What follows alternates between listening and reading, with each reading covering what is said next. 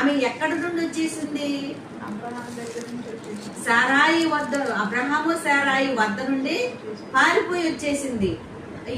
పారిపోయి రావడమే కాకుండా ఆ తల్లికి, ఏ తల్లి? శారా తల్లికి, శారమ్మకి ఆమె ఏమని ఎంచిందో తెలుసా? నేను నీచురాలని ఎంచిందంట.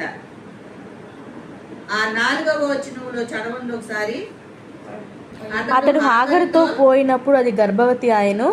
అది తాను గర్భవతినైతినని తెలుసుకున్నప్పుడు దాని యజమానురాలు దాని దృష్టికి నీచమైనదాయను.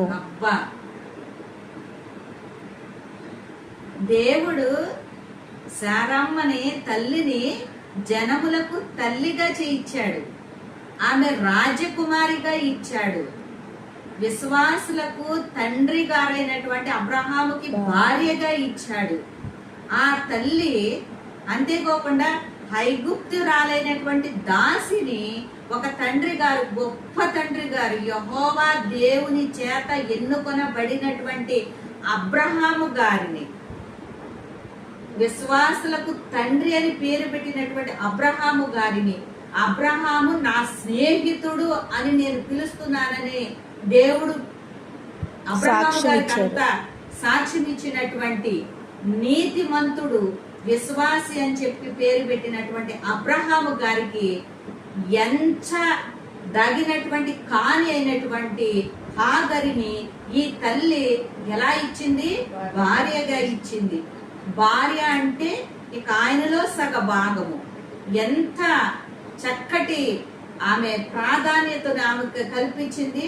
అయితే ఈమె మరి ఆ యొక్క గర్భమును ధరించిన తర్వాత ఇచ్చినటువంటి తల్లి ఏమైందంట?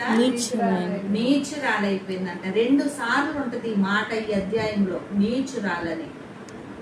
సహాయం చేసిన చేయి నీచమైపోయిందా? ఇవాళ చాలా మంది లోకంలో ఏమంటున్నారు? పెట్టిన చేయి విషమైపోయింది అంటున్నారు.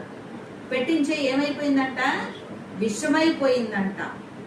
పెట్టిన చేయి విషమైపోయింది, పెట్టిన చేయి దూరమైపోయింది అని చెప్పి చాలా మంది బిడ్డలు వాపోతున్నారు, బాధపడుతున్నారు. ఎంతో మందికి సహాయం చేసి తినిన తర్వాత వీళ్ళ కష్టకాలంలో వీళ్ళకి సహాయం చేయకపోవచ్చు, కానీ వాళ్ళని ఏమని ఎంచుతున్నారు? నీచులని ఎంచుతున్నారు. వాళ్ళ మీద నిందలేస్తున్నారు. నీచమైనది అనేటువంటి మాట అంటే ఇంకా ఎన్నైనా దానిలో కలుపుకొని కుట్టేస్తే ఒక సంచి నీచమైంది అన్నమాట. అలాంటి